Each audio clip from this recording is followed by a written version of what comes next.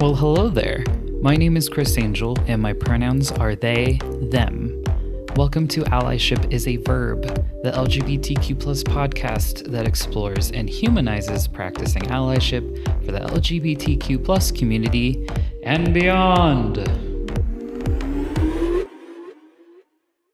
Hi friends, my name is Nick Daly. I happen every day. The pronouns I use are he or they.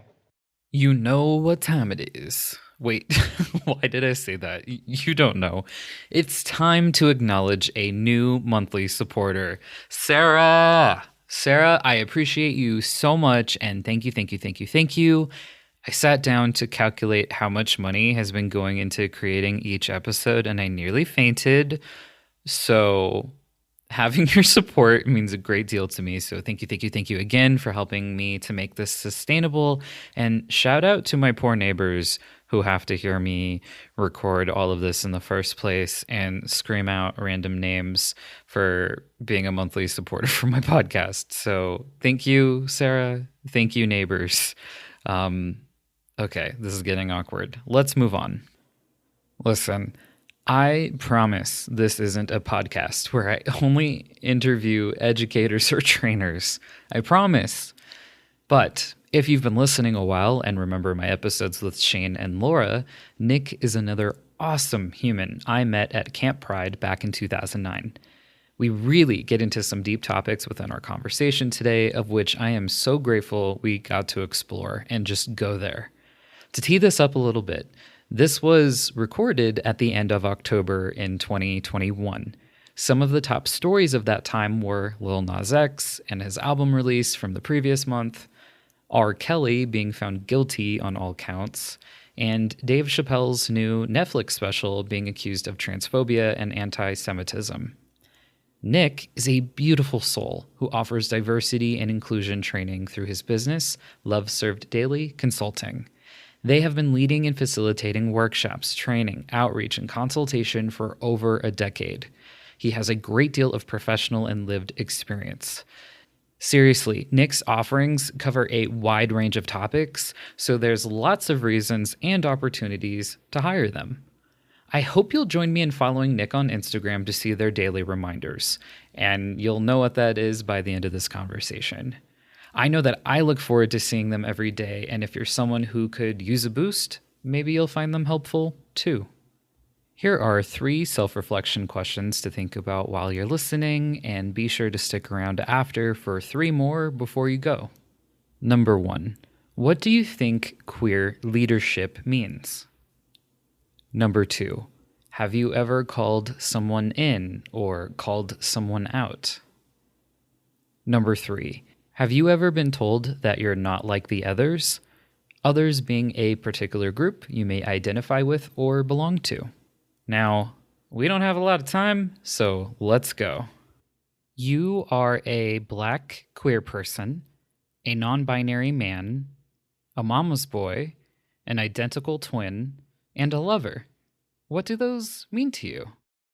Being a Black queer person for me is really how people engage with me, right? It's about the perceptions that people have when they encounter me.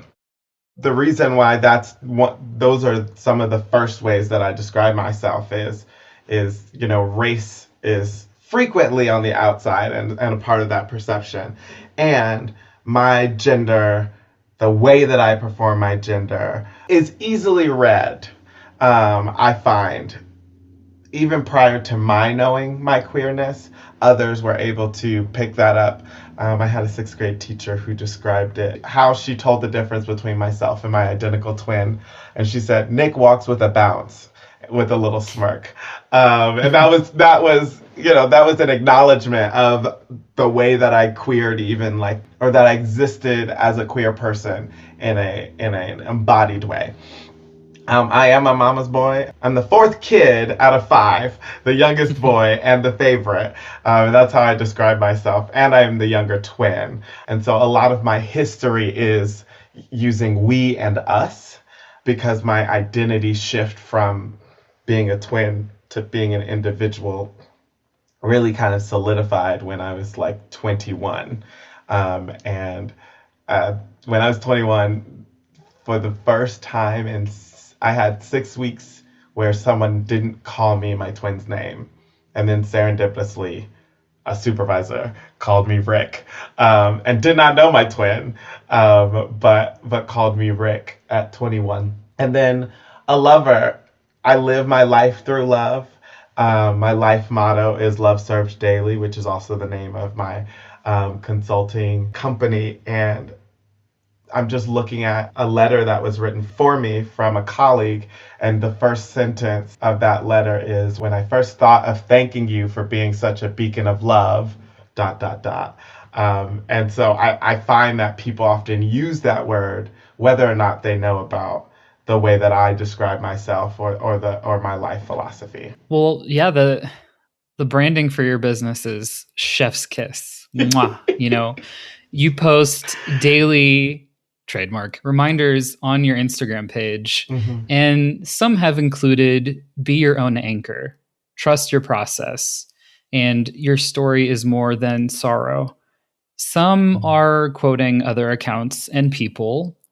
So, how did these come to be, and where did you get your inspiration from? Because you've been doing this for a long time now. Yeah, thank you. I'm so glad that you asked that question. So, Love Serve Daily was gifted to me by a friend in college. I don't know if you remember back in the day when you sent text messages, you could put a signature. And it required 17 letters. You could not have 18 letters. And I was asking my friends, like, what should I do? What should I put? And one of my friends, his name is Kevin Jameson, said, you should put Love Served Daily. And I was like, wow, that is so great because, play on words, but also it really is how I try to live my life. And I couldn't spell love, Love, and get served daily on the thing because that's 18 characters. And so I spelled it LUV, served daily. And then people started calling me Love Served Daily. And so that's where Love Served Daily came from. The kind of foundational philosophy has changed over time. And I think we're in a cycle of changing the what of Love Served Daily, what it means to me, and how it manifests. But Love Served Daily currently is the consistent pursuit of happiness for self and others. And so much of the way that I move through the world, including the work that I do professionally and the way I try and build relationships, is seen through that lens, right? Love is the core. Whether we're talking about things that Cornel West said or Bell Hooks or others, love is the core of seeking justice, seeking peace, and getting to peace, right? The daily reminders, to be honest, I had a friend who was struggling with finishing their PhD in STEM. And so my solution to try and support them was just to send them messages every day, right? You can do it. You are enough. The immortal words of Rihanna, don't let the bastards get you down. And so I started doing that, I think in 2017. And then I started posting them on my Facebook, and people were like, we need a calendar, we need an app, we need all of these things. And I was like, well, I don't have app making skills. So I tried to make an app, couldn't figure it out. At the same time, I was working on trademarking Love Served Daily. I've been using it for, I think, 10 years by then. The only person you found was Nick Daly when you typed in Love Served Daily. But I was like, I think this is turning into something else. So I trademarked it. And then I started playing with, okay, well, let me see if I can get an Instagram because at least it can show up in a different way than it does on Facebook. Started doing that, and people started resonating with it. I don't always get a whole lot of communication or interaction on the posts. But when I do, sometimes people ask, well, what do you mean, be your own anchor? Like, anchors slow people down, or anchor, But most of the time, people say, oh, I needed this today. In my experience, those daily reminders are serendipitous for myself because they really speak to something that I need to hear. And so I started documenting them and saving them. And I kind of have an order. So I have them listed in order on a notes app. And then when I get inspiration from other people or I say a phrase that I'm like, wow, that is perfect for a daily reminder, I'll add it into the list kind of right below wherever I'm at so that I can still use it, and I can know what order I'm in. And so my hope is that one day I'll get to 365 reminders so that I can actually create that calendar for people. But sometimes Manifesting that right now. thank you, thank you. Thank you. I mean, it also might end up being a book or chaplet where I'm able to do the reminder, but also have some exposition about what it means for me. But I do want to be able to spread a little bit of love and joy, especially on the internet, which and social media, which is not, those aren't really super great places. And I guess I should say it's not Facebook anymore, it's Meta. June is your birthday month, and it happens to coincide with Pride. And because y'all can't see right now, Nick totally just like raised the roof, and it was incredible. And if I could have made a GIF, I would have. And I apologize publicly right now for not having those capabilities in this moment. But all of that to say, you wrote a post in June and said that you had a Black joy and restoration sabbatical. You took intentional time off, and it was one of the only times it's been a post of you, because it's mostly been those daily posts that we were Mhm. just touching on. But it's a big month for us as educators and consultants, and we get lots of LGBTQ plus event requests, and also a lot of them are very last minute. Mhm. Please, people, reach out much sooner than June for your Pride events. But And Black History Month too. yeah, so like, you and I had a private chat about this semi recently, but what does it mean for you to say no to doing these kinds of events for Pride Month, and why the no for you? Oh, that's such a hard question. Just saying no that's such a hard question. I'm actually in the process of trying to create some kind of academic documentation of the art of Black refusal.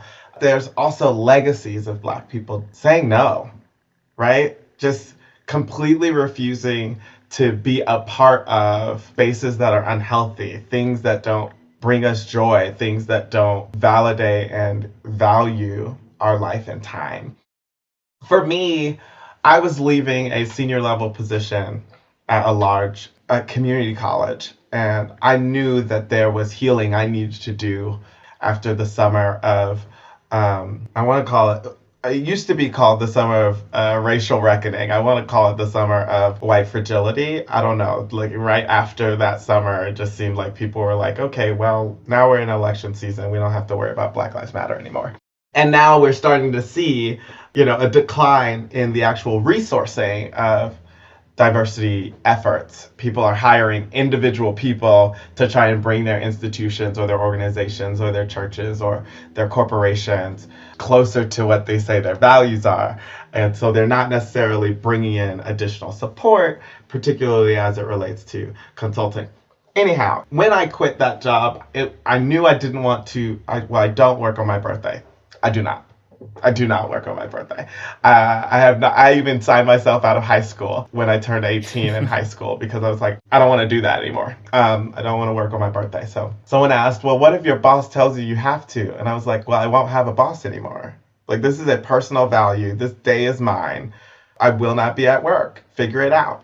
Mhm. Anyhow, so I knew I didn't want to do that. I was leaving this job. I knew I didn't want to do that. It was long distance for my partner. And I knew I was going to go full time into consulting. A little bit of context: I was doing consulting on and off since 2014. And it started increasing after George Floyd was murdered. And then it got to a point where it was clear my husband and I, we can probably survive with me doing that work. And a lot of times I find that consultants are heard louder and better as outsiders than people within organizations. So I decided to bet on myself. And a part of betting on myself was saying, I don't have to make income for a month, which is super scary as somebody who has experienced housing insecurity. I do not have generational wealth. I have a savings, but that's because I'm dual income and no children, so it was scary. And that was our decision that we made together, my husband and I. And during that time, I read You Are Your Best Thing, edited by Tarana Burke and Brene Brown. And I took naps. and I hung out with friends. This is subsequent to being fully vaccinated. So I felt able to reconnect with humans as an extrovert and, a people person, a person who wants to serve love daily. I also need to be around humans. And so for me, saying no it was so hard. I had so many people reach out and say, "Hey, we want to do a Pride Month, blah blah blah blah blah," and I was like, "No, we can do it on July 1st because July 1st, gay people still exist. Right. We're still here on July 1st." And they were like, "No, it really has to be during Pride Month." It's like, okay, well, like there's a billion people that you can go talk to. Typically, when I say no to people, I put them in contact with people who I think are strong, who can do the work. Another thing is I'm not good at saying no in my professional life. I don't like disappointing people. I don't like letting them down. I often, this is going to get deep. I often act from a place of trauma related to financial security and related to disappointing people, right? Oh, the other one is that we're supposed to love this work, right? We're supposed to give ourselves fully to this, maybe to our detriment, because this is work that shows that we're committed. And it's okay for us to take pennies, and it's okay for us to work long hours, and it's okay for us to get asked last minute to do stuff and not charge extra for that. And I decided that I was going to spend that sabbatical on trying to figure out what do I need to do differently so that I don't end up doing these same cycles, where somebody's asking me to do professional development for their whole organization for $500. Like that's not reasonable. If you have 40 staff and you're asking me to do training for $500, that's like $11 per person. And the return on your investment is what, $10,000? Because you're actually able to retain your staff. You're able to advertise yourself as somewhere that is more inclusive. You're able to start developing policies that support trans employees getting the healthcare that they need, right? So the deeply undervaluing of our work, I wanted to push against that. And so I was very grateful to have been, or excuse me, fortunate to have been able to be in that space. And I've been trying to practice it since then.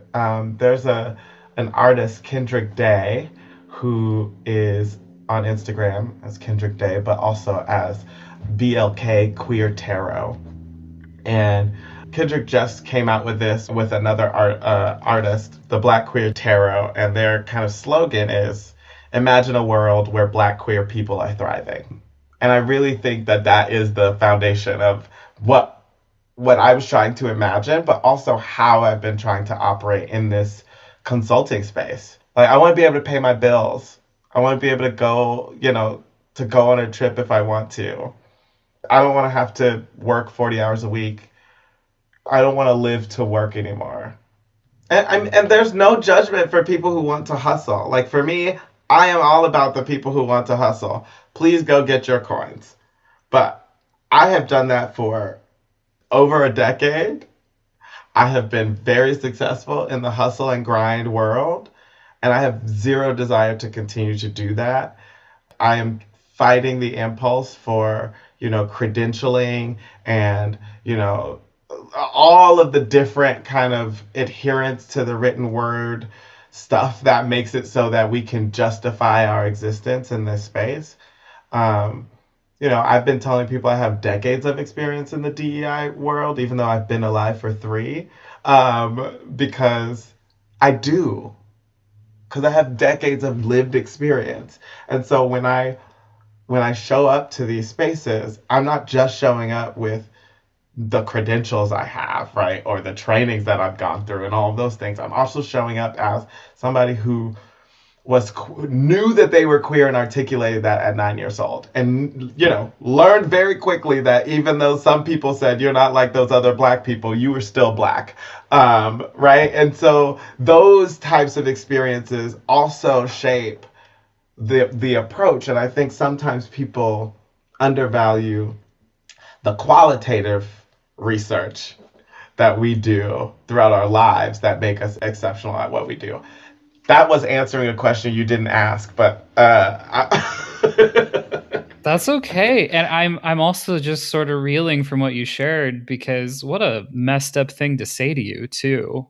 I haven't heard that phrase myself, especially since I am not black. I'm very much white, right? And Hmm. the way I connect with it is when I would hear like something like you're not like the other women or whatever. And it's like, okay, you think you mean this as a Hmm. compliment, but it's actually having a very different negative Hmm. impact because then what are you trying to say about this whole Hmm. community, That I'm a part of, right? right? I mean, so for me, Yeah. the that was something that was easy to digest because it allowed me to survive in these white spaces, primarily educational spaces. One of my cousin's neighbors was our best friends for years, maybe like 5 years. But once we got to middle school, my cousin started hanging out with predominantly black people, and her neighbor was white. And so she was hanging out with them. I'm hanging out with the neighbor. Like we've known each other for 5 years, whatever. And there was one day where the neighbor says, "Oh, where's your cousin? You know, like you used to hang out." It's like, "Oh, she's hanging out with her other friends. Like she has other friends from middle school, so she's hanging out with them." And she's like, "Oh, she's hanging out with those hoodlums." Mm. Now, there's no way for her to know anything about the kids that she's hanging out with besides the fact that they're black, right? They're black and they hang out on the basketball court. And I know that that sounds like a stereotype, but it's also true. I mean, like that's the truth, right? But their blackness made it so that their blackness and lack of proximity to white people made it so that they were black, they were hoodlums, criminals or pre-criminals, and my cousin was maybe not one of them, but was becoming like them, right? Mm. And so that was a moment of rupture, really, for me with these people. And I still spent time with primarily the daughter, who was a year older than me. Still spent time with her, but it was a point of rupture where my identity development started to shift. Like, oh, like how do I help people understand that that's not something to be said? You know, that's not something to be said. And Mhm. also, if you think that, you're wrong. Like I'm just like these black people. You know? I don't play basketball, and I'm just like these black people, right? Because I'm also black. So Taking a very different direction, yeah, let's go. there's a term I've been thinking about a lot lately, and I'm not sure how to define it because perhaps it's an umbrella term of sorts. And I thought you would be a good person to ask about this, but the term is queer leadership. So far, there's a part of me that says it has to do with someone being queer and being in some sort of leadership position. Not necessarily that it's a queer group of sorts, but just they are queer, checkbox. They're in a leadership position, checkbox, be it formal, informal. There's another part of me that says it's an intentional way of leadership, maybe through specific lenses. Is this something you've even thought about? And what do you think queer leadership means to you? Thank you. I'm laughing because I had an experience where I was talking with D-Lo, or D-Loco Kid, who's a writer and a author, an actor, and we were talking, and D'Lo was like, I said something about being in the gay community, and D'Lo was like, "Are you gay or are you queer?" Or being in the queer community, and it was like, "Are you talking about the gay community or the queer community?" Right? Are you gay or are you queer? I like that, like simplicity, right? Queer people exist all over the world, all over leadership roles, right? But that doesn't mean that they are queer TM, right? Or capital Q queer, maybe, where the politics is also there, right? Where we're shifting norms, expectations, behaviors of what it means to be a leader, what it feels like to be a part of that organization, and how to manifest aspects of queer liberation and freedom within that organization. Challenging dynamics of power hoarding in particular. So to me, I think of queer leadership as something that is collective, attentive to, right, the person who maybe isn't even queer, right? But attentive to that person who's not having the fair shake, the person who's maybe more vocal in the leadership team saying, don't you think this was me? This was me in my last job, just to be clear. Don't you think we should just say that instead of trying to find some way around having to communicate that, right? To the community, to the person that's involved? What if we just took 1 second and said, what would be the negatives that could come from just telling the truth? Right? That to me, that's queering leadership because it's challenging these structural dynamics, particularly power hoarding, which I attribute to, patriarchy, which I attribute to sexism, homophobia, and so many others of the structural oppressions that we see in leadership spaces. And so that's where I will. First of all, I'll leave it at that. But when I think about queer leadership, I think it's closer to the second one, right? And I think when people are articulating, we really value queer leadership. I always think of that quote from D-Lo, which is, "Are you gay or are you queer?" Which I think points towards a political and embodied difference, not just who you love or how you love or who you are. It also reminds me, having a gay president or a queer president, sure, but like, are the other qualifications there? I'm not going to tokenize someone just because we need that representation if they don't have that experience. Nick is gesturing at me.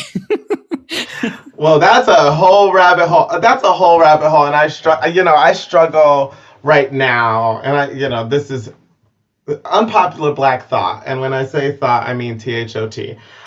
But here's an unpopular Black thought, which is just because somebody has an identity doesn't mean that they are capable of serving in a capacity to advance in organizations and institutions, a department's equity agenda. I would like everyone to just take a moment and snap with me because I think we needed to hear that. I struggle so much because since George Floyd was murdered, it is politically unpopular to hire somebody to do DEI work who is not a Black person. Mm-hmm. I know this because this is the work that I do, right? Mm-hmm. I love it because it is beneficial to me. Sure. Right? I think I get contracts because of that dynamic currently. And I have talked with people who have asked for mentorship from me to do DEI work who are Black. And their sole qualification is being Black. And they're like, this is a growing market and I know I can make money, so I want to do that work. And I'm certain that those people are being hired even as they have distorted views of what it means to be Black. The impacts on Black people of white supremacy, the delusion of white supremacy, as Sonia Renee Taylor says, right? So, the person in question was talking about how Black immigrants aren't as lazy as Black nationals, for the lack of a better term, right? The people who were formerly enslaved are lazier than Black immigrants. And so this person comes from a Black immigrant background and wanted to go into diversity work. And one of the last sentences they said to me was, oh, well, we work harder and that's why we're able to be successful, unlike the descendants of African slaves. And so enslaved Africans rather. Oof. And so, right. And so to me, bothering. Right.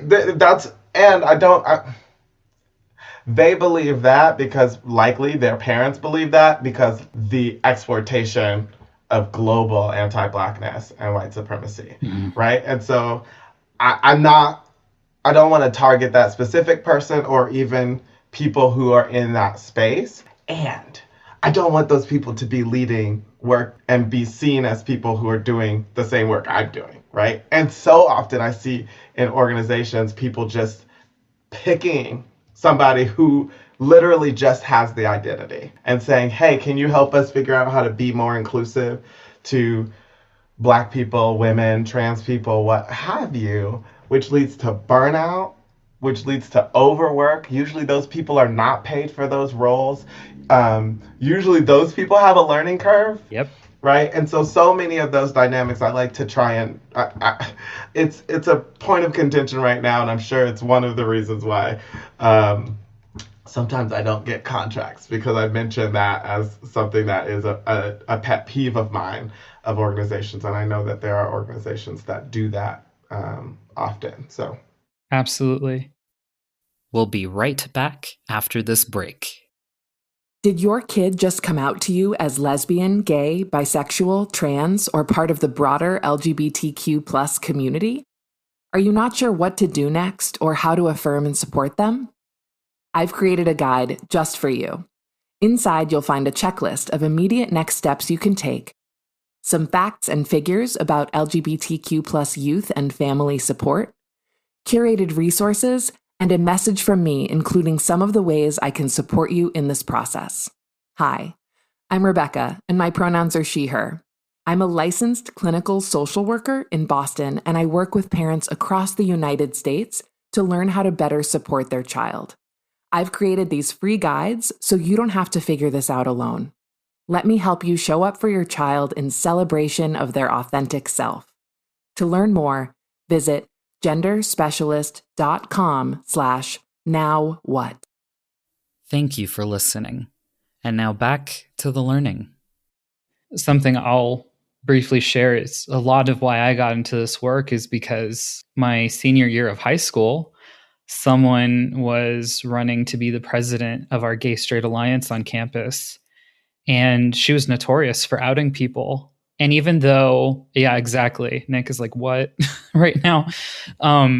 So even though I had different experiences in leadership roles going back to even like middle school and stuff, I didn't feel prepared at all to lead a GSA. I had no idea what I was doing. And I was still awkward baby Chris Angel trying to figure out how I identified and stuff. I knew it was somewhere in the community, but I was still working through that. But I fought like hell. mm-hmm. And I had the audacity, and this was so unlike me because I was so shy and awkward that I remember even going up to her and just saying, I just need you to know I'm running against you and I'm going to win. Mm-hmm. And I did.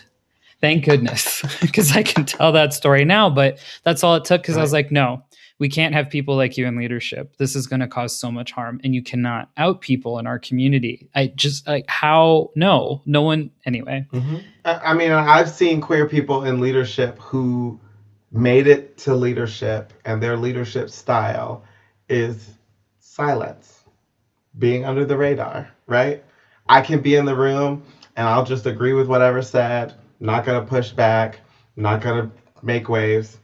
And I'm not going to judge, right? I don't know how what your life experience is that got you there, but that's not queer leadership. Yeah. In my mind. So sorry, I know I'm bringing you kind of back to a different concept, but while you're talking about that, I'm like, yeah, there's the kind of overt, I want to say violent aspects of leadership, and then there's the other ones of just like, I'm just gonna sit here and I'm gonna get my paycheck and I'm gonna go home and I'm gonna go on my, trips with all the money that I got from being quiet. Yeah. And then the organization gets to benefit off of my leadership, in quotes, by saying, look, we have a gay one. Right. I use gay intentionally as opposed to queer. Right. Okay. That was a lot. Hang with me and let's chat through it for a moment. I am not going to fault someone, especially if they are from multiple marginalized identities, for quietly collecting a paycheck. At that kind of intersection, you can have a lot to lose, especially when we start thinking about the model minority myth. That's with or without people knowing all of the identities that we may carry, because not all identities are visible. This comes back to personal values, and sometimes we don't get to live our values at work. As a white person, it may be safer, and I may be able to lean on my privilege. So when a white, cisgender, gay man in a leadership position pats himself on the back, other folks within the broader LGBTQ plus community can be very critical of the leadership. What did he do? Did he get the company logo to be turned into a rainbow for Pride Month, or get pronouns normalized within the organization? Did he order everyone rainbow stickers, or make sure that the company-wide health insurance includes trans-affirming care? There's a difference. Some of it can be nice, though if we're not also doing the more intentional, deeper work, the surface-level allyship or milestones have no meaning or value. I say this as someone who has been at various places of work and has seen it with my own eyes, especially with folks doing the frontline work being the most visibly diverse, but folks in leadership positions were primarily white, cisgender, and heterosexual or maybe gay. And men, so many men. So this is a bit of what we mean when we talk about gay versus queer. There's so many more dynamics and nuance I could dive into further, but let's go back to the conversation for now, and hopefully we'll be able to pick this thread up again very soon. I think you and I are coming from a similar place in terms of not wanting to gatekeep. It's more that we just don't want there to be harm. And so there can be different styles of leadership, but is it also causing harm?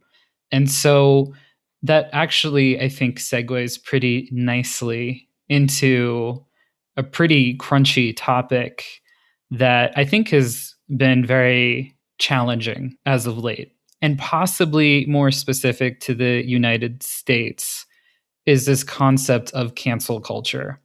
And it gets lumped in with other terms such as accountability, calling out, calling in. So people can fear saying anything because they don't want to be quote unquote canceled. Now, there's a lot there. I wholeheartedly believe in accountability, though I've had some concerns with how this has been playing out, especially in our LGBTQ plus community as of late. I also believe there's confusion about how these terms are defined and what the actions look like and what the intentions are. I'd love to help clear up what all of this means and how these concepts relate to each other. So, Nick, how do you define accountability and cancel culture? Just starting there, and who are they meant for? So I guess the way that I would start is I don't believe that our way to freedom, our way to liberation is disposability. I don't believe that we should be judged off of the worst thing we've done or something that we are willing to take accountability, right, and make amends for. And I think it's important for us to have clarity around what accountability looks like. To me, accountability looks like acknowledging the harm that has been done. It looks like doing personal reflection about like the intentions. Notice I said personal reflection about the intentions. The acknowledging the harm is where the impact is, right? But also it's important to say, well, was I being intentional? Does that matter? What are my desires around shifting this? And what kind of repair can I behave in? And how can I avoid doing this in the future, or at least decreasing the frequency with which this happens, which I think is an ongoing process. I am a big believer and a dreamer in nuance. So accountability, Mia Mingus says it's about self-reflection, apologizing, repair, and behavior change. As far as cancel culture, I just think about cancel culture, and it was created in response to marginalized people articulating boycotts and verbalizing, right? Speaking up against people who had structural power to cause harm. Typically, that resulted in people being made aware of harms that were being caused. I'm thinking the Me Too movement. As a result of that, systems and structures and organizations treating those individuals as individual actors and removing them from the organization in an attempt to absolve the organization, the institution, the structure from responsibility for creating a culture where that behavior is allowed. So cancel culture is often attributed to the marginalized people who are speaking out against unhealthy behaviors or irresponsible behaviors. And frequently, that then leads to somebody losing a job. And Kevin Hart still is employed. Dave Chappelle just got $20 million for a Netflix special. There are consistent examples of people who have quote unquote been canceled because they lost their jobs or have been held accountable. And then like the actual material of what that cancellation looks like, it doesn't actually manifest itself in their inability to continue to make ends meet, to be welcomed back into the culture, into society, unless they're marginalized, right? It's really easy to marginalize somebody and say, I can't believe you spoke out against Israel. You can't have a job here. That's easy. What's harder, right? I think the Netflix story right now of the trans employees who have been targeted and fired as a result of them speaking out against something that is actively causing harm to trans people. After Netflix had already put out a statement that said trans lives matter here, right? And Black lives matter here. So, and a whole documentary that described the ways that anti-trans rhetoric actually causes harm in the media, actually causes harm to real life, in-person trans people in an interpersonal and a structural way. So, quick note here to say that I believe Nick is referring to Disclosure, which was produced by Laverne Cox and is available on Netflix. I think I've mentioned this on a previous episode, but if you haven't seen it yet, I highly recommend watching it. I think the way that cancel culture is talked about is, it's the internet mob calling for somebody's job and making it so that people can't apologize. But often people aren't in the apologize world. They're not in the apologize space. They're not in the I want to be accountable space. And oftentimes calling out, I'm putting that in quotes, comes after the calling in has been unsuccessful. Now, what I also want to say, you did not ask for this. What I also want to say is a dynamic that I have seen when it comes to canceling within justice movements is a lot of Black women being canceled within community.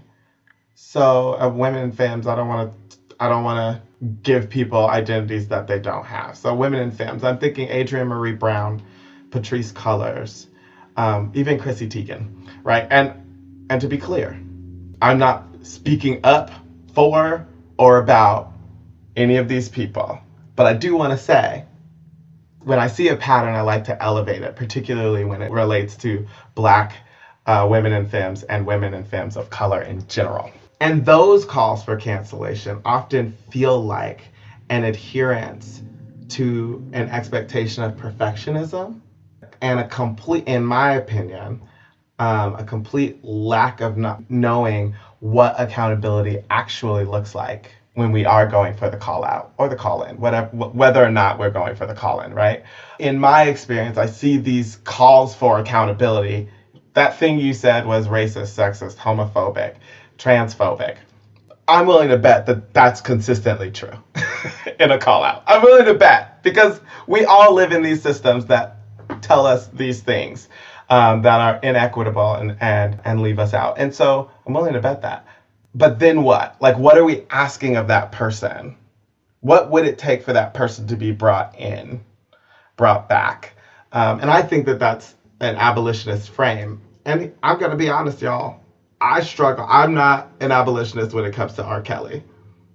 Until we figure out how to get rid of prisons, I want R. Kelly under the jail because he doesn't feel bad for what he has done. He's convinced that he is still, like, everything he's doing is just fine. I also wonder, and this is connected to what I said about a single person as opposed to a culture, there was an entire group of people who were a part of the network who caused this harm, right? And R. Kelly isn't the only person with a lot of power and a lot of money who's doing this.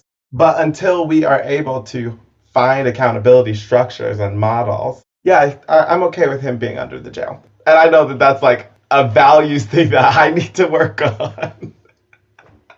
I'm gonna stop talking so you can ask more questions because I feel like I went down a rabbit hole. I'll just say one more thing from Adrienne Marie Brown's We Will Not Cancel Us, which is Maurice Mo Mitchell, says, we have to have a low bar for entry and a high standard for conduct. And I do believe that that is something that we often forget and miss when we're involved in these conversations about accountability and cancel culture and what have you. What I think you're talking about is we're just trying to make sense of systems we already have in place. Mm-hmm.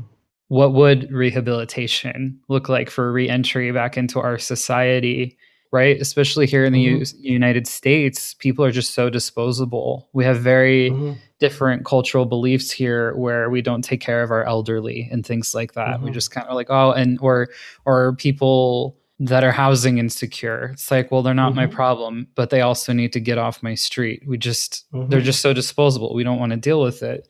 When we talk about calling someone in or calling someone out, it's gained a lot of momentum, especially in recent years.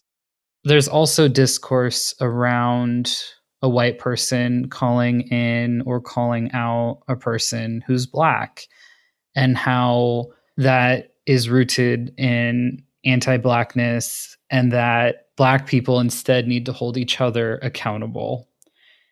There's just a lot there. So I guess I'm wondering, what are the differences between calling someone in or out?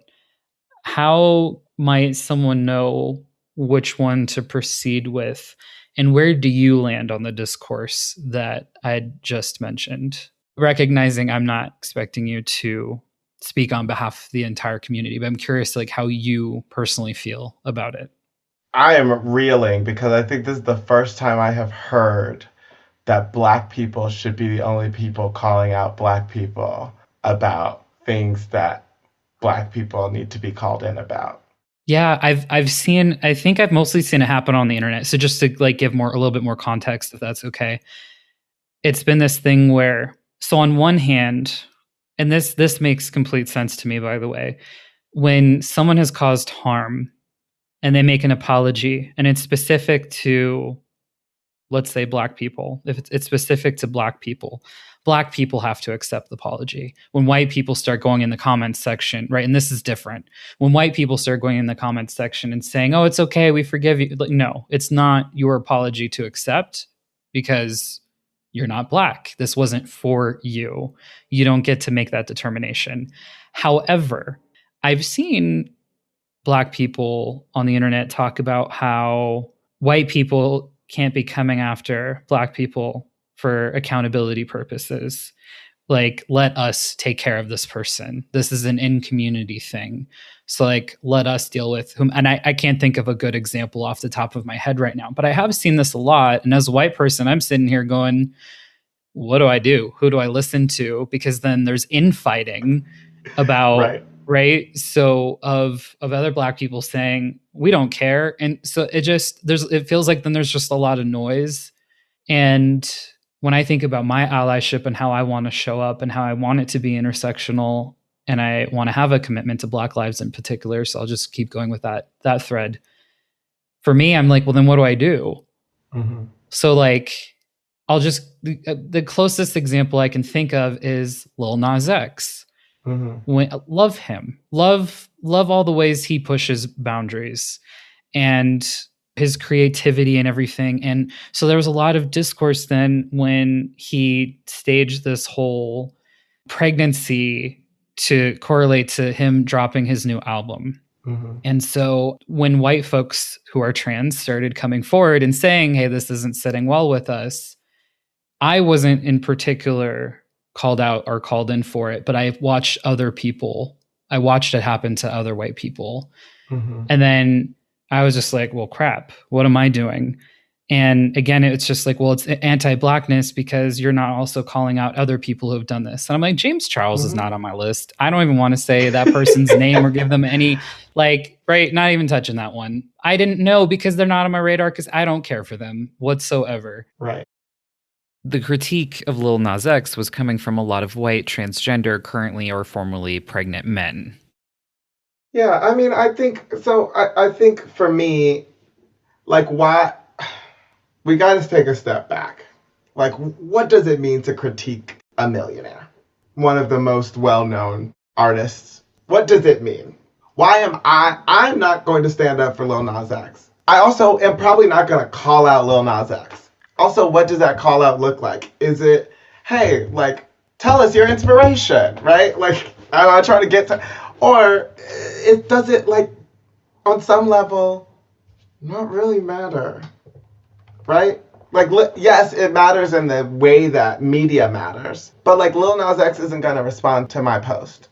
So then there could be a larger conversation of, I wonder what Lil Nas X is going to do with this visibility of being a cis man who's performing pregnancy in similar ways that we have seen from cis women in the music industry, I would say within the last 8 years, where their pregnancy becomes a part of the spectacle of their new album, their new project, their new work, and their visibility.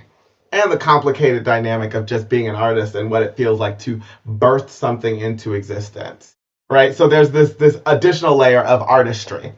I don't need to defend Lil Nas X one way or another. I don't care. He's a millionaire. We're not going to see each other in real life.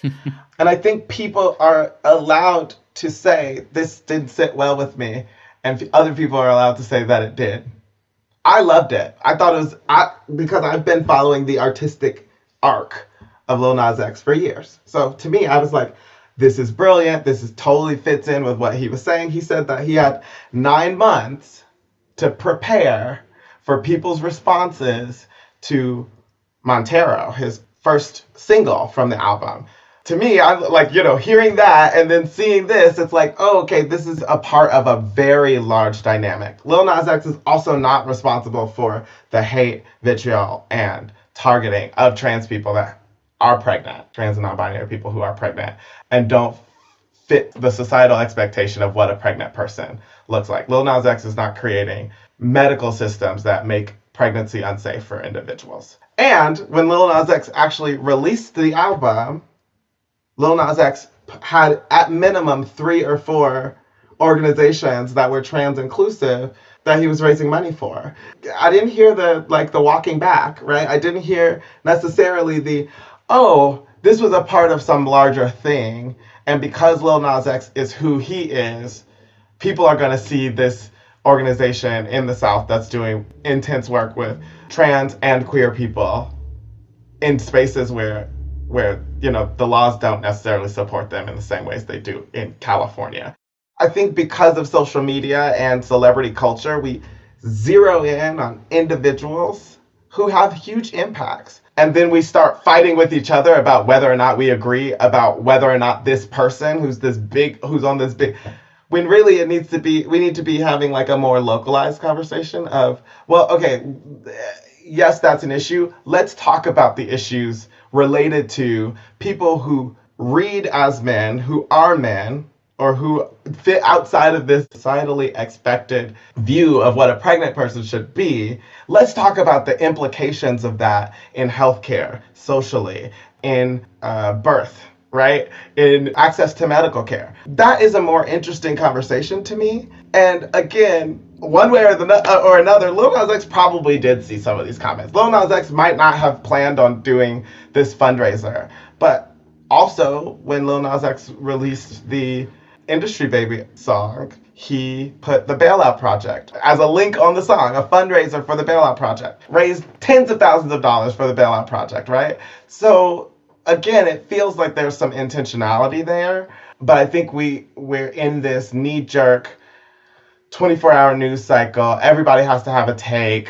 Celebrity culture world that sometimes those things get blown up and we start to lose, like, we're not doing individual work. What freedom looks like systemic work. And yes, individuals make up systems and institutions and organizations. And let's talk about the systemic dynamics that make it so that this is funny to some people and liberating to others. And how can we live in a nuanced, messy, uncomfortable space that doesn't actually agree? Because, like, not all trans people believe the same thing. And not all Black people think the same way, right? And as long as our disagreement isn't built on the dehumanization of each other, can we go somewhere towards freedom and liberation? That's James Baldwin. I don't know if I answered your question, but that dynamic and this kind of celebrity call out, let's take 2 or 3 weeks to focus on this one person, when 2 or 3 weeks talking about why the fuck are doctors not giving Black children the same care that they're giving white children? Why are we having conversations about doing surgery on infants' genitals in 2021? Like, those are the conversations that I'm interested in having. My friend Nick here is referring to the intersex community. My conversation with Nick was recorded 2 days after Intersex Awareness Day, which falls on October 26th yearly. The date's significance is that it's the anniversary of the first 1996 public protest against infant genital surgeries in the United States. Most surgeries to change intersex traits happen in infancy, which means it's non-consensual for the person receiving it. Intersex is an umbrella term used to describe a wide range of natural body variations. Intersex people are born with sex characteristics, including genitals, gonads, and chromosome patterns that do not fit typically binary notions of male or female. Some intersex traits are noticed at birth. However, others may not show until puberty or later in life. Intersex folks are as common as redheads. Intersex people can have any gender and any sexual orientation. And the gender assigned at birth can also be incongruent to the gender of the baby. If you'd like to get involved in helping to end invasive and unnecessary surgeries on intersex youth, and empowering them to decide if they want to have any surgeries or not in the first place, please do check out and support organizations like the Intersex Justice Project. Not about whether or not Lil Nas X understands the hierarchy that structures trans people's lives. Because that's an individual conversation, right? He may or may not be interested in that. So, yeah, I will say, I truly believe that Adrienne Marie Brown's "We Will Not Cancel Us" is a strong articulation of when and where to use call-outs and call-ins. I want to challenge this dynamic of should we or should we not. There's an intentionality that needs to come in when we're thinking about calling in and calling out. I would say do not call somebody in or out unless you have the wherewithal to tell them, so what, right? You don't have to tell them why. You can tell them Google is their friend, but unless you can tell them, like, this is what accountability looks like in this context, then I don't know how valuable that call out is or the call in. It really then feels like I'm a good one, you're a bad one. I'm going to walk away from this and throw my hands up. And that is not productive. What's your allyship tip for everyone listening? I just read this in the book, You Are Your Best Thing, edited by Tarana Burke and Brene Brown.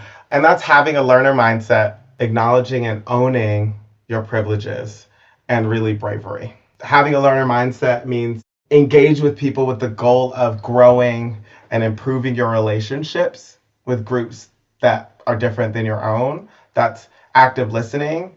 It's also embracing humility and inviting accountability, which means that when somebody does call you in or call you out, depending on the context, you're inviting that possibility that you did do that thing because you're learning. And as learners, we're going to make mistakes. Acknowledging your privileges about understanding and owning your personal privileges and how they contribute to inequities. And that allows you to increase your self-awareness and show up differently.